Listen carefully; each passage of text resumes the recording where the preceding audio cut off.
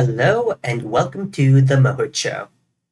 In this video, I'll be covering posts from r/detrans, a well-moderated subreddit for people questioning, desisting, or detransitioning. On to this video's first post, titled, I can't handle how evil it all is. This is by a desisted female. I can't handle that this is a huge human experiment and no one cares I can't handle that.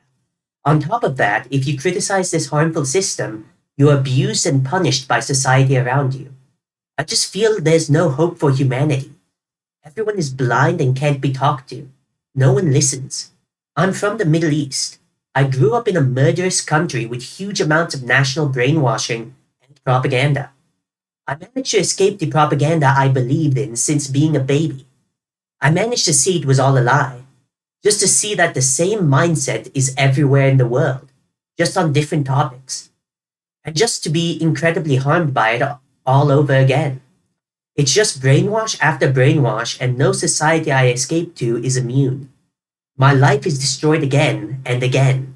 I feel completely hopeless. From the comments, desisted female comments, that's how I've been feeling too. Especially how trans activists just keep telling lie after lie after lie and silence anyone who tries to correct the misinformation. Their main strategy, I think, has been to paint an association of any questioning and disagreement with the far right, hide the fact that pushback is coming from former leftists and even feminists themselves. Trans activists know that TERFs, radical and gender-critical feminists, are the biggest threat to them, because their criticism of the movement is entirely accurate and most founded on logic and reason.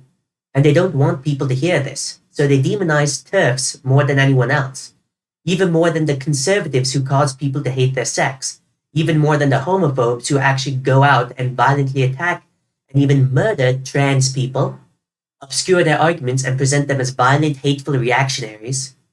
I think part of the main reason this has been able to happen is that most people are just so damn lazy. Most people just take what they hear from the media and just blindly believe it without bothering to fact check anything. Nobody can think for themselves. And replying to that, someone who questioned a while but didn't end up transitioning says, charlatans and white knights. Also, narcissistic people who want to always feel justified within their morals. It appeals to these people who think doing the right thing makes them directly a good person. When the right thing is not what the media pushes at all, LMFAO. Then, when you try to have a fair conversation with them, they show their true side. Insecure, no reading comprehension beyond a 5th grade level. And the desisted female comments on the original post. I agree so much with this. I'm not sure if any society is immune to propaganda, social engineering, etc. Always seems to be tempting to control and teach people what they ought to feel/think. I feel the only thing we can do is let go of the worries. To let go of the worries is to focus on life. Be a truth seeker. Keep on learning and training, physically and mentally, and try to find other people that are truth seekers too. Something that has helped me to process some of my thoughts/feelings around this is to put it down on paper. Writing, drawing, comics, etc. Be sure to let go. No censorship. Just having it on paper, you can then further render it if needed or just look back on it at a later date. Now on to the next post, titled, do you think the stats around the amount of detransitioners is bad data? This is by a detrans male. I often hear from the trans community that less than 1% of trans people detransition. I feel like it's often used to discourage people from detransitioning because that stat makes it seem like nobody does it, so why should you? Like, if I do end up detransitioning, how on earth am I going to be accounted for? If I'm going to go back to living as a man and won't be in trans spaces anymore, I certainly won't be targeted by these studies. I feel like the numbers are misleading. Does anyone have insight on how detransition-related data is collected? I'm more specifically interested in male to female to male data as I feel this group is often ignored. From the comments, detrans female comments, very bad data, so bad and flawed to the point it shouldn't be factored. Not only did most of the data in question only count those who approached the gender clinic with their regret, but often it only counted those who had bottom-related surgeries and sought reversal as well. And in terms of the surveys, they actively disqualified anyone who wasn't still living as a trans person at the time. The 1% is far from the truth, and another big crippling issue with this number, it comes from before the skyrocketing rate of referrals and open access to gender-affirming care, meaning this is purely unknown territory. A detrans female individual comments, I can only speak to the female to male to female experience, but if you have your ovaries, you need zero medical intervention to detransition. Haven't and wouldn't gone back to any of my original trans healthcare practitioners. Basically dropped off the face of the earth so nobody would count me. I think many like me are the same. An original poster replies to that. Interesting. I think I likely would stay with my doctor since having a personal doctor is so much better than a walk-in clinic. If I detransition, I'll try to boost the stats. A detrans male comments on the original post. We know for a fact that it's bad data because it's based on small subsets and short-term research. It doesn't take into account people who didn't either try to get reversal surgeries or who didn't report themselves as detransitioning. It doesn't take into account how many people are not followed up on. And we know that the data is extremely old at this point and preceded the dramatic increase in young transitioners. It's been acknowledged by a number of European governments along with some American states that it doesn't represent the current cohort of detransitioners. It's silly that anyone would take it seriously at this point. Even the informed governments don't. And they're usually late to the game on these things. A detrans male comments, there was a link to a study in the Mermaids UK website showing the less than 1% figure. It was up there for years, but they've removed it now. I'm kind of annoyed because I remember saving a copy, but I can't find it now. Anyway, I read it when it was online. It was rather silly with how they collected data. They did an electronic search within the patient records of the Children's Services Clinic for keywords regret and detransition. Obviously, that's only going to pull up patients who attended their clinic in person only to inform them of the decision to desist. Who among us did that? It's asked a few times on this board, and most of us ghosted our clinics, or if we informed them, it was usually just to cancel the next appointment without any further information given. There's also the fact that the Children's Services wouldn't have any patient data for anyone once they passed the age 18.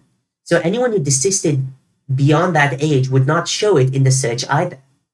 It was the clinic I went to, and anyone looking up my records there would find that I was discharged happily in my transition progress and a referral to adult services. As far as they're aware, I'm still trans, and I'll be in that research data as part of the 99% of persisters. Makes me kind of angry that I was used as part of a false statistic to promote the extreme rarity of detransition. I'd be shocked if the researchers hadn't considered it or were unaware that they were creating heavily biased data, looking for evidence of desisters in a place where they knew none would be found. A detrans female individual comments, I try not to look into it because it makes no sense to me.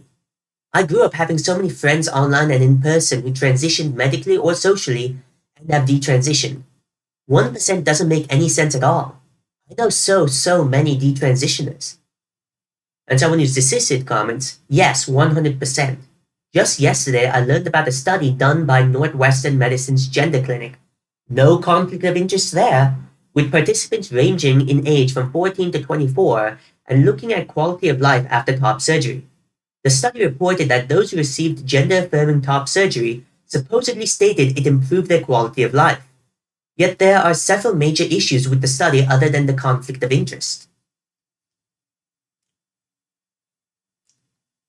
including it being self-reported data from adolescents and young adults. The study only looked 3 months out from the time of surgery at the participants' satisfaction. The concern isn't whether in 3 months, 1 year, or even more if you'll be happy with the decision, but when you're 30 or 40 if you still feel good about having permanently altered your body. Even still, after 3 months, 15% stated they regretted the surgery. Again, After 3 months, 15%.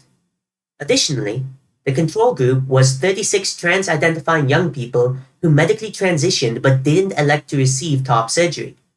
Having all patients in the study, including the control group, be on the trans pathway, whether by taking HRT alone or HRT and surgery, is just blatant neglectful of the scientific process. This doesn't even fully describe exactly how fraudulent and criminal this particular study is, but it is just one of many dangerously dishonest studies done and that have gone on to be used as justification for the cruel and unusual punishment that is sterilizing an entire generation of young people. And the original poster replies to that. Very good points. I would have told you in the last 5 years that HRT was positive in my life. Now, obviously, my opinion is starting to change. In today's political environment, who would risk doing a legit study on trans people? The doctor would get destroyed by the trans activist crowd even if the data was correct. Next post, titled Trans Politics. This is by a detransitioned female. Read an article this morning on California becoming a refuge state for transitioning children. Everything always gets justified by suicide rates. It's mentioned multiple times in the article I read, saying that the majority of trans kids will try to commit suicide and that the rates are continuing to soar. How are we taking a group of kids who are exhibiting severe mental illness and selling them hormones and surgery as a solution? Never once in these articles do I see advocacy for actual mental health services. It's all just a fast track to transition. I know that many of us had massively incompetent mental health care, but still, to not even have it cross your mind that kids who are wanting to kill themselves need something more than the permanency of synthetic hormones and surgery. The irony of it is these kids hate our guts for not blindly encouraging medical transition, but they don't see that all of us were guinea pigs just like they are now. From the comments, detrans individual comments, there is no data, literally none, showing that there's any kind of actual suicide epidemic among dysphoric youth, or that suicidal ideation is caused by the denial of trans medicine instead of the many mental health comorbidities we tend to have. It's a complete fabrication, and it exists because it's a successful tactic to use threats of suicide to cow people into doing what you want, just like emotionally abusive people sometimes do to their victims. Now, someone who questioned a while but didn't end up transitioning comments. I think it drives younger kids to really feel suicidal. I used to follow a young trans person because I was honestly shocked how suicidal they already were over not being able to have bottom surgery at 14 years old. She posted a lot about self-mutilation too. And replying to that, someone who's desisted says, that has a lot more to do with the vast majority of society and social media dedicating its time to misleading and confusing kids, and less to do with transitioning or lack thereof. Especially when claiming or threatening suicide gets results. And someone who questioned a while but didn't end up transitioning replies to that, I agree. This is exactly what I think it was for them. They couldn't get attention or help any other way beyond threatening those things. Obviously, a kid is probably in a neglectful situation in the first place if they have to do that. Someone who's desisted comments on the original post. The same way people are given antidepressants without addressing lifestyle or diet first, this pattern has happened before, especially the overprescription of opiates/Adderall marketed as non-addictive. Hey kids, this definitely will not ruin your life. Sign, people who make money off of your addictions and pain and overdiagnosis. Guinea pigs all the way down. Replying to that, a detrans individual says, thank you. This happens in way more areas than just trans healthcare. We really need a radical health movement. And someone who's questioning their own gender transition replies to that. Agree. The troubling thing about this is unless you have standing, i.e. a medical degree, you're basically looked at as an uneducated fool. Even if you're talking about your own body, the doctors might imply you really might not know what you are feeling. We can help you find yourself. A desisted female comments, It sometimes seems like a losing battle. If anyone points out that things appear to be overdiagnosed, then both doctors and patients reply with, "It reflects that we're getting better at diagnosing these conditions now." Then if you say, "What about people like this in the past?" People say, "They had it in the past." Then if you say, "But they also had the exact same problems in the past as we have today." People genuinely think we don't have these problems because we're more advanced or something. As in, why would anyone transition to avoid being SSA with the gay pride movement? Or why would anyone transition to avoid sexism with equality and women's pride the way it is? Or why would anyone mistakenly think they're trans because of trauma when not all trauma victims think they're trans? Or other illogical things I used to willingly believe. Someone questioning their own gender transition comments on the original post. The lies trans activists are spouting can easily cause suicidal ideation. It's like telling someone they won't grow up to be an adult at all if they won't take a certain pill. Actually, believing this and other things that are typically part of the package, for example, intersectionality, being taught to view every aspect that makes oneself unique in terms of systemic oppression and rebranding class struggle, does not result in happy, contented people. It's about holding people hostage to get what they want. Reminds me of how religions hold people's entire families hostage through claims of an afterlife.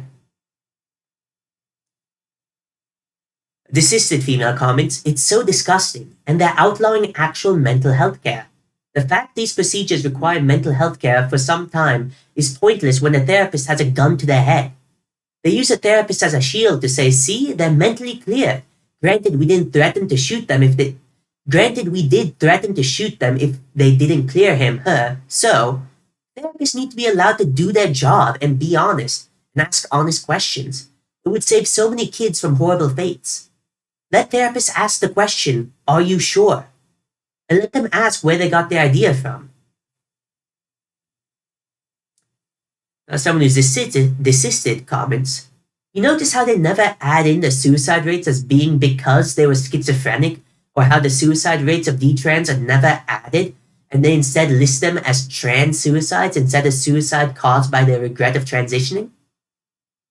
Someone who's questioning their own gender transition replies to that, "Not just schizophrenia, a lot also have PTSD, which can cause dysphoria, especially if the cause is sexual assault. Our mental health system continues to sweep trauma survivors under the rug because of who cares? Because who cares if they can get money?" A detrans male comments on the original post, "Progressives have been sold on the very romantic idea about what trans people are, and unfortunately those ideas can justify a lot of heinous actions."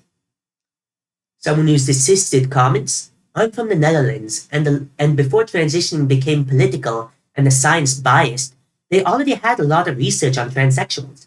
One of the conclusions was that the suicide rate before and after didn't change.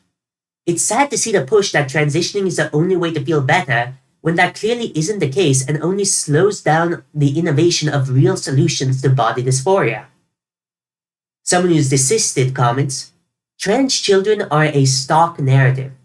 People are sold this idea that you give a child the life-saving diagnosis/identity that they're trans, then you pause their puberty using puberty blockers, giving them time to decide if they're a boy or a girl, and then help them with transition, ignoring the fact that something like 98% of those who take blockers will transition, and that these blockers have permanent side effects. And of course, the child can experience the joy of attempting to keep their transition secret, perhaps changing schools. Perhaps they will have to make up a lie explaining why they don't know much about menstruation. And when you're done, the male to female teenager is as close to a female as a male could ever be. They're the perfect transsexual, passing, living out their school years as a girl, doing romanticized girlhood things like sleepovers and makeup, and ready for the final surgery, which doctors prefer to do male to female SRS on people still in school since they have more time for the dilation. People want to project this narrative onto their children or other people's children. People are deluding themselves into believing they're saving their children's lives. Trans allies reject the claim trans identity is a disease while at the same time pushing the idea you need early intervention to save lives, something which tends to only apply to diseases. And this cure is never questioned whatsoever, even though society treats gender dysphoria as a disease. Why have the establishments collectively decided that there are no problems with this stock narrative cure?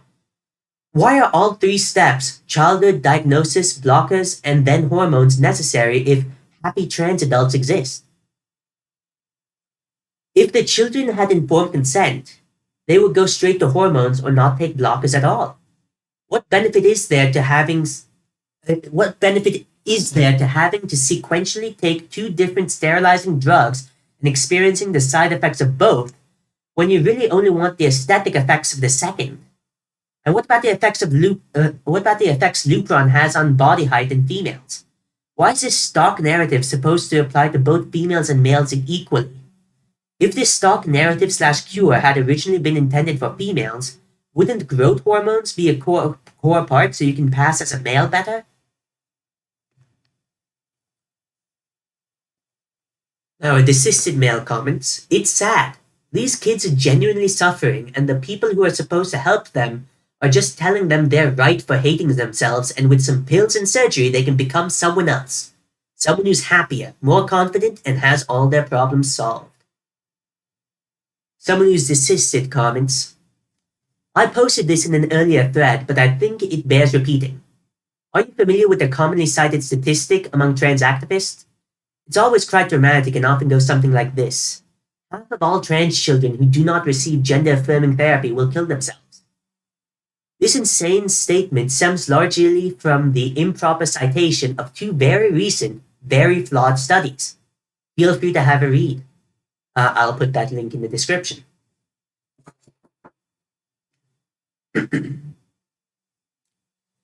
Now, a desisted male comments, I'm not saying you're wrong, but what is an actual mental health service? And a detrans person replies to that, talk therapy with differential diagnoses, exploring a patient's mental and physical health to discover the etiology of their symptoms. Then, using a patient-centered approach to develop a conservative treatment plan to see if the least invasive treatment may relieve symptoms/distress. If that doesn't help, you can escalate and try different treatment approaches from there. This is the classic model of trying to help people with mental health issues. The affirmation model, yes, you're trans, now let's get those breasts/testicles off you, runs contrary to actually figuring out the root causes of why a person is feeling bad, and does not attempt to diagnose or treat comorbidities. Many or most people with dysphoria, including myself, have comorbidities ranging from mild to severe, everything from anorexia to depression to actual schizoaffective disorder. Failing to perform a differential and thus failing to offer actual mental health treatment probably explains why so many people are still miserable after transitioning. They have other untreated issues that transitioning simply can't help. In addition, trans medicine is basically the most drastic treatment plan there is. When it's done to kids, it literally involves removing of reproductive rights of minors. And the medicalizations and the surgeries have a risk of side effects that would be unacceptable in any other case. That's not real mental health care, which is some kind of Nazi shit that we're doing to the mentally ill. If I had received actual treatment instead of affirmation, I probably would have been diagnosed with what I now know as an adult are my disorders of sex development, my PTSD, and my anorexia, and I would have been able to have those things treated competently and conservatively. Instead, I'm sterile now.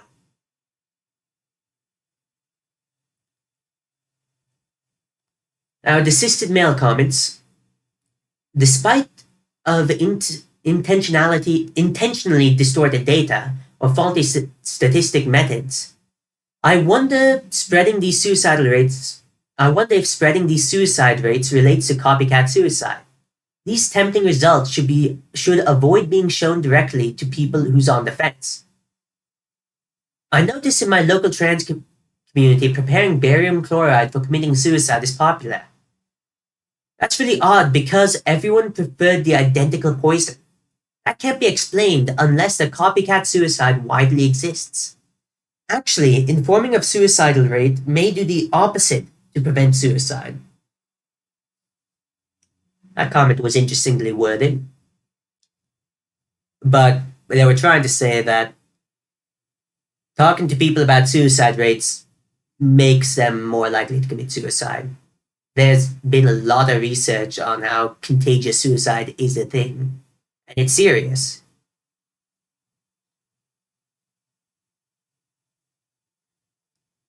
Now, next post, titled, I had a bad experience today. This is by a detrans male.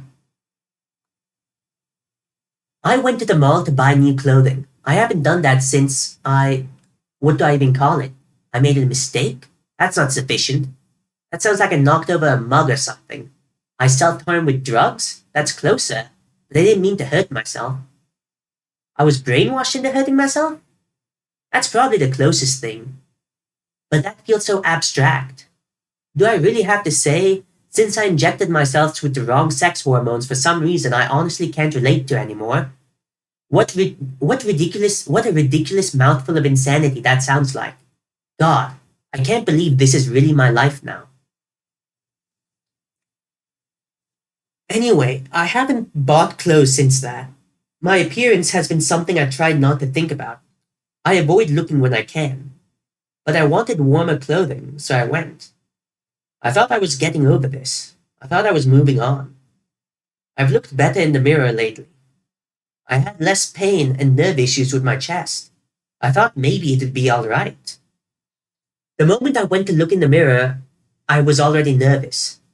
When I actually saw myself, it was shocking how different my chest was from the way I know it should look. It was not right. It was just plain wrong. It wasn't even balanced right. Not even matched. Before someone shouts at me to get surgery, it's ridiculous for someone to get surgery for the small amount of breast tissue I have. It's also not safe for me because of the nerve damage I already have there from when I was on hormones. It may simply make the irritation there worse. I'm still healing from nerve pain. I can't risk screwing that up. But I totally panicked. I had to leave immediately. I had to go home. I think I'll never be able to look at myself again and feel okay. I used to love the way I looked. I've ruined it. I can't believe that I can't even buy clothes without a total breakdown. How am I going to move on from this? How am I going to be okay with looking so wrong to myself? What can I even do? I'm so ashamed of myself for having listened to people who didn't know me tell me what was best for my body. How could I have been so stupid as to believe that this was right for me? I believe that if I already liked myself with my natural hormones, then I'd like female hormone effects even more. What kind of idiot believes that? I must be the stupidest person on the planet. I was brainwashed. I don't even know who I was back then.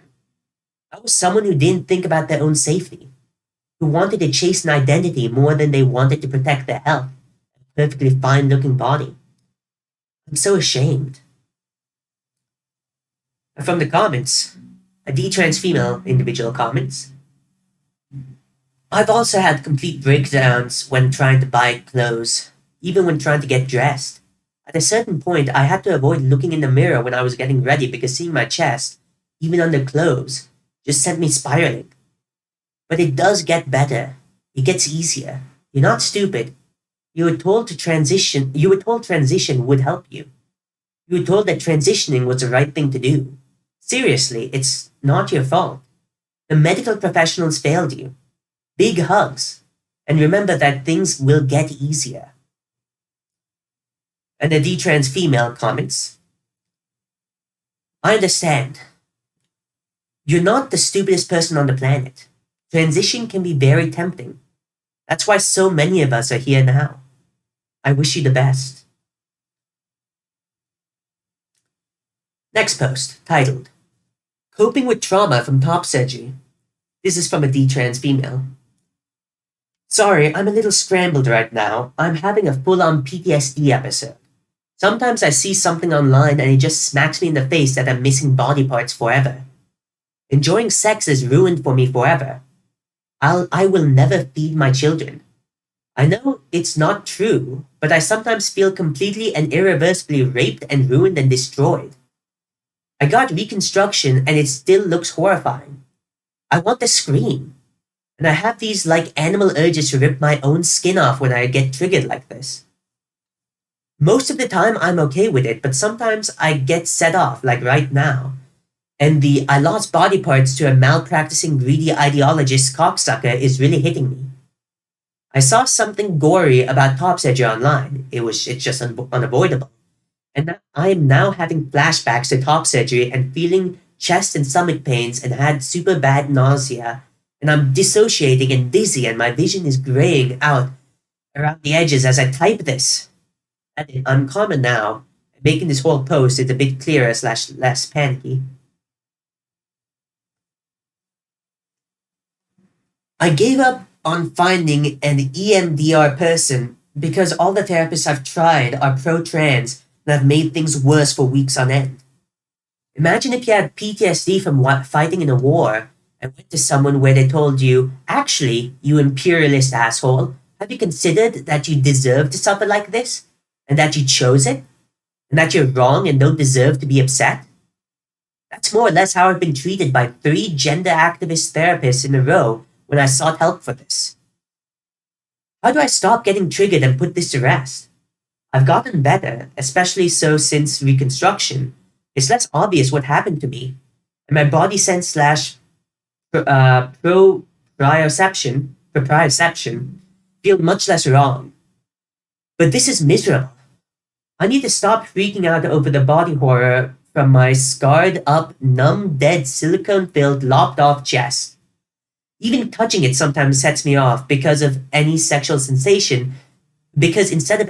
sensation, I just have severe nerve pain that travels up my arm. Looking down makes me feel how Guillermo del Toro wants the viewer to feel during the gross scenes from Pan's Labyrinth. This is ass. And from the comments, a detrans male comments, I talked to a therapist about my experiences once and he basically didn't believe me. A little bit of, well, don't you want to be who you really are inside? And after I emphasized I'd already detransitioned and was happy, a little bit of, I never heard of someone doing that. He was nice about it, but it seems like a lot of therapists don't know we exist. Sorry you're hurting. And the original poster replies to that. My favorite, a couple years ago trying to get psychiatric clearance to get insurance to cover reconstruction, was gender is fluid. You just shifted gender again. And I'm like, no. I was literally diagnosed with half of the DSM shortly before I decided I was trans. And now I'm healing and haven't attempted suicide in a year, and I'm back to being the person I was for 19 years before this all happened. This really was a bad decision I made during an episode, and then people like you supported me through fucking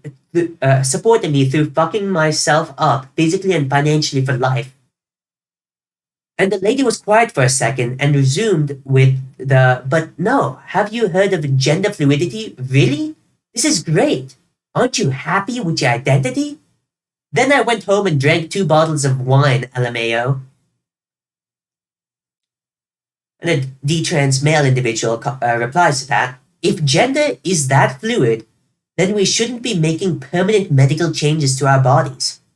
We should be taught coping mechanisms to deal with our somehow radically swinging gender so we can deal with it until we swing back.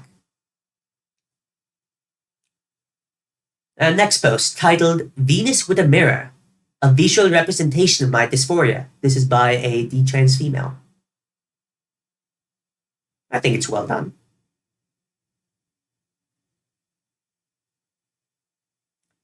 Now on to the next post, titled Feeling So Dumb.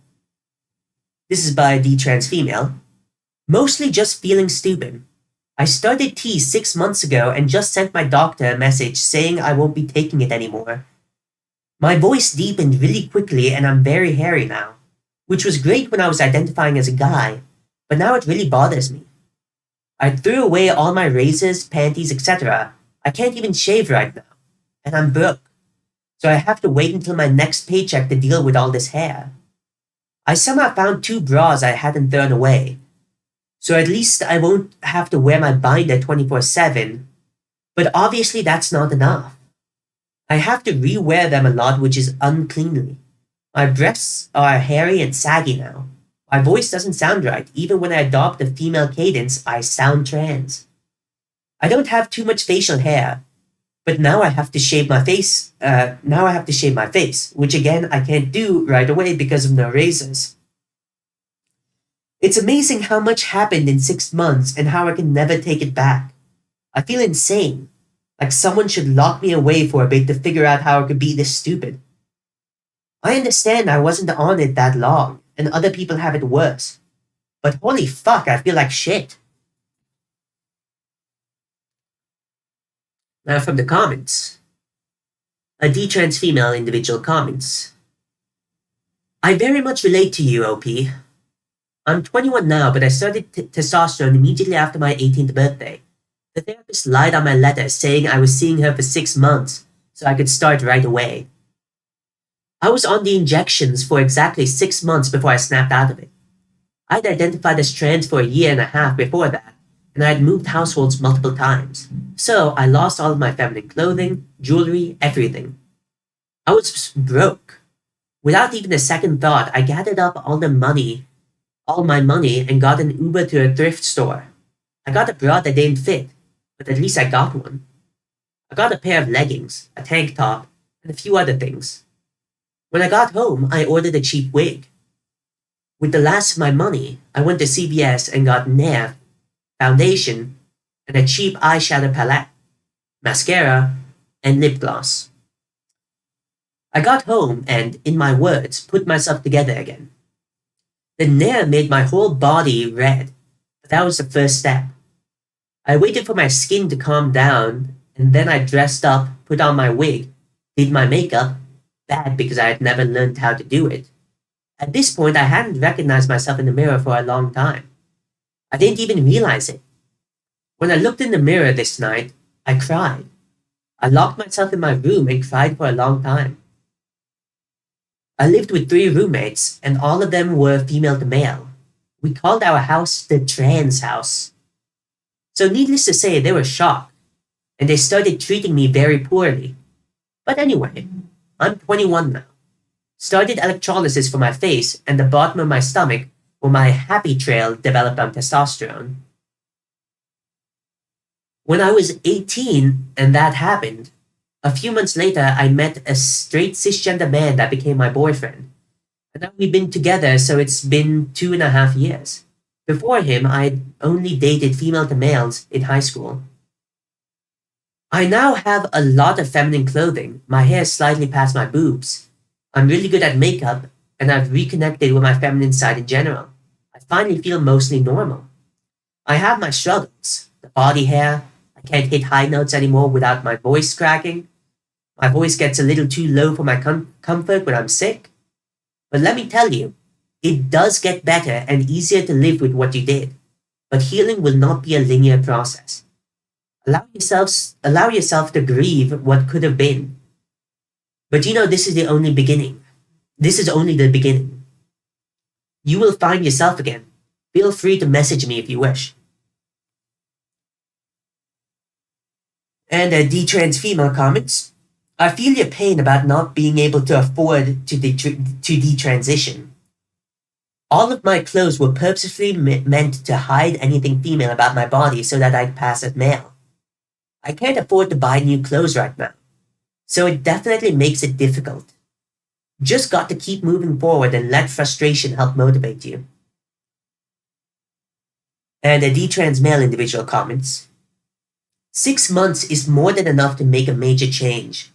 You don't have to feel like what you're dealing with isn't as bad as others because it sounds like you're dealing with an awful lot. And no one here is going to tell you that you shouldn't feel bad. You have a right to feel bad about this. You're not stupid. Most of us can relate to feeling that way. It's just because we get caught up in a mindset, and when we realize we've been acting against our own self-interest, we can't understand how we got to that mindset. It didn't happen alone. There are reasons we thought this was a good thing, and most of them came from outside influences and information we believed and trusted. You're not stupid. You just got misled. Next post, titled, ROGD is real, and I'm finally done letting it consume me. And ROGD is rapid onset gender dysphoria. This is by a desisted male. I think it's clear how I fit into the pipeline. I came into the world as an ugly, insecure, awkward, non straight male who was bullied into dropping out of school at only 14. So that's where all of my social development stopped. I spent my life from 14 to 19 and still going, sitting in my room completely alone with an unstable self identity and only the internet to influence me. It started out with me realizing that maybe I could lose weight and try to become a femboy to be perceived as more attractive and gain some self worth instead of just growing into a fat, ugly man. So I went that route. I starved myself and went from overweight to severely underweight within a span of like 8 to 10 months. Grew out my hair, formed drug addictions, etc. In addition to almost having killed myself multiple times over, I was still unhappy with myself because I was still me. I also started to finally receive a bit of attention online when I tried to look/act feminine instead of being invisible as usual. So that only made me want to keep pushing it further. From there, I hyperfixated on trans content creators, TTTT, HRT, etc. Just trans-related things in general. I almost got groomed by a trans woman for a while when I was 17, so it had already been in the back of my mind for a while. As I read about the experiences of others, I think I started projecting their thoughts onto myself, and I began hating parts of myself I never particularly disliked before. I believed that I was on the trans/non-binary spectrum. In the places I looked, it's widely accepted that anyone who is gender non-conforming needs to transition, and if they identify as their own gender, they're just repressors. I decided I wanted HRT and would have recklessly DIY'd it if I was able to afford it. My entire mind just got consumed by grieving my own gender when that was never the root of my problem. I never wanted to be even remotely feminine until I was 16. The fact I felt the complete opposite, if anything. The unstable self-identity, emptiness, suicidality, existential dread, and panic attacks that this causes are absolutely soul-crushing. I wanted to end my life over it for a while until I reconsidered it today and finally realized that this path was hurting me far more than it was ever helping me.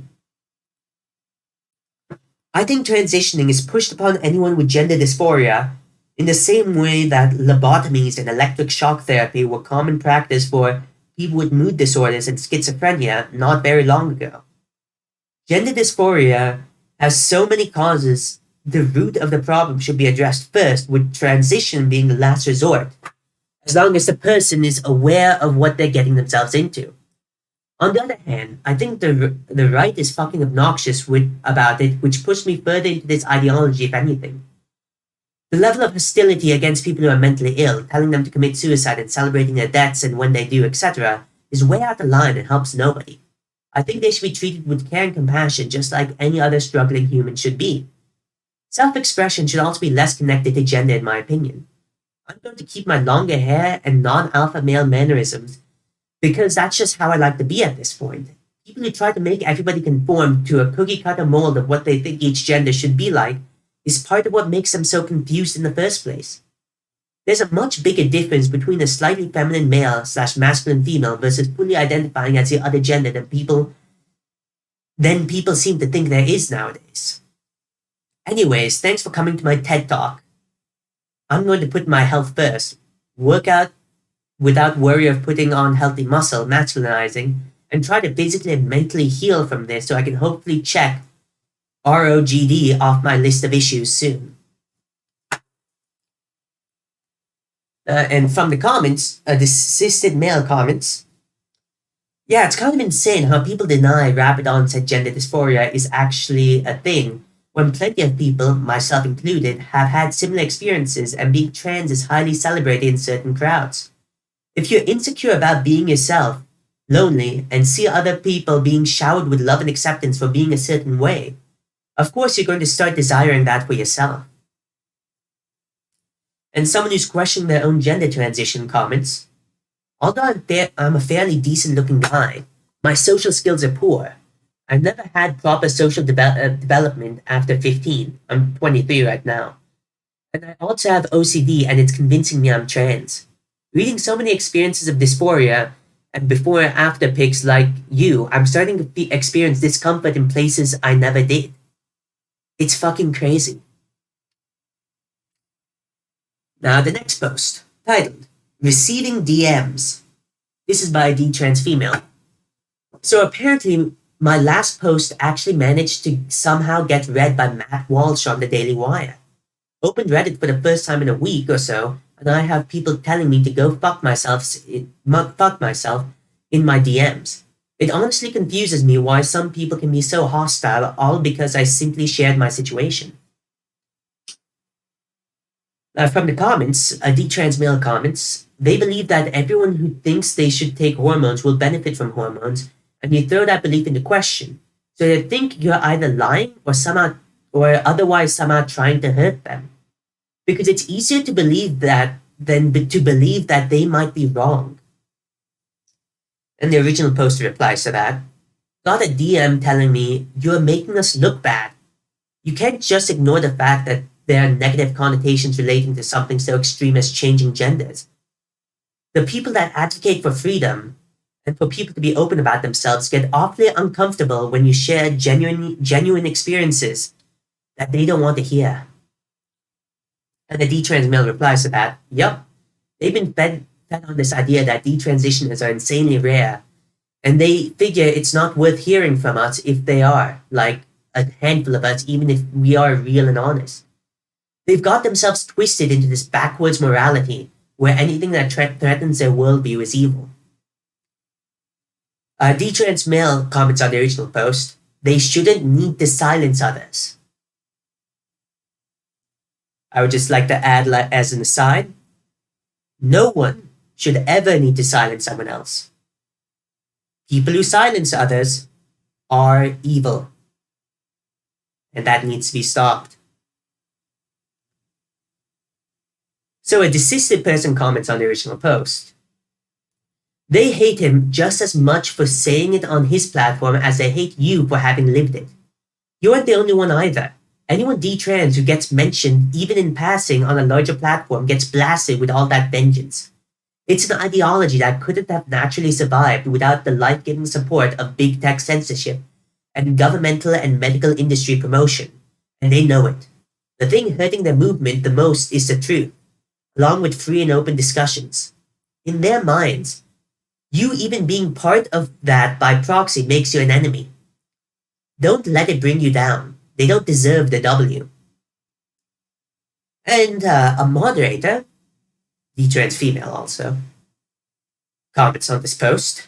Though personally disagreeing strongly with Matt Walsh and honestly disliking him outside of bringing awareness to what's going on, I'm seriously sorry you're getting these horrible and awful DMs. Unfortunately, I'm not surprised, especially with some of the comments I see being caught by Automod that are just downright cruel and vitriolic in nature. Now on to this video's last post, titled, The embarrassment is worse than any dysphoria, to be honest. This is by a D-trans female. I'm young, 19, and when I started HRT, my mom begged me not to. The thing that sticks with me the most is when she said, I've never been wrong about you. When I heard her say that, it made me so angry. I ranted to my friends about it and stewed at her audacity. And now I have to admit she was right. My dad almost kicked me out because I started HRT, and now I feel like I'm crawling back. I almost feel like I'm admitting that I deserved all the mistreatment I got. I had to tell my trans friends that I fucked up after they helped me through the fear of losing my house, the hormonal issues, financial problems, discrimination, etc. I have to hear trans meds talk about detransitioners getting reverse dysphoria and how stupid they are. I can handle dysphoria. I have my whole life. But this overwhelming embarrassment is eating me alive. Now from the comments, a desisted female comments, just to assure you, the older you get, even just after a few years. It's amazing how you start seeing most teenagers as literal kids. With age distance, you'll start to see the past with different eyes and forgive your young self who was just acting on teen confidence, made a mistake you had access to. You're pretty much an adult now, but it's still fresh and embarrassing because it still feels like it was you who did all that. But soon it won't. The trans meds who deride detransitioners are mostly also kids who are blind and confident the way of that 12 to 22-year age group. Those comments go from stinging to most almost endearing in their naivete. And the cishet male replies to that, which is why it's so baffling that mature adult medical professionals are enabling all of this. That's the key here. Honestly, if you're performing, gender affirming care, that's that should be a crime against humanity. You should have your medical license removed. You should be shunned by society. You should be made to sit and think about what you did and how you've been treating people and how that's not okay and how messed up it is.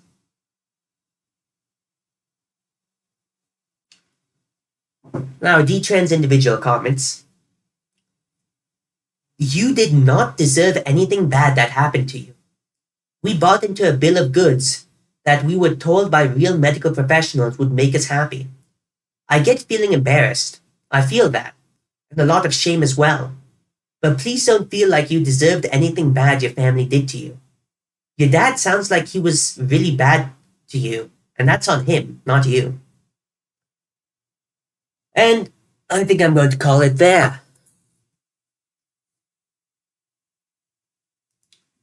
Thank you so much for watching to the end of this video. Please like, comment, and subscribe if you want to support this content. Thank you so much again for watching, and please have a good day.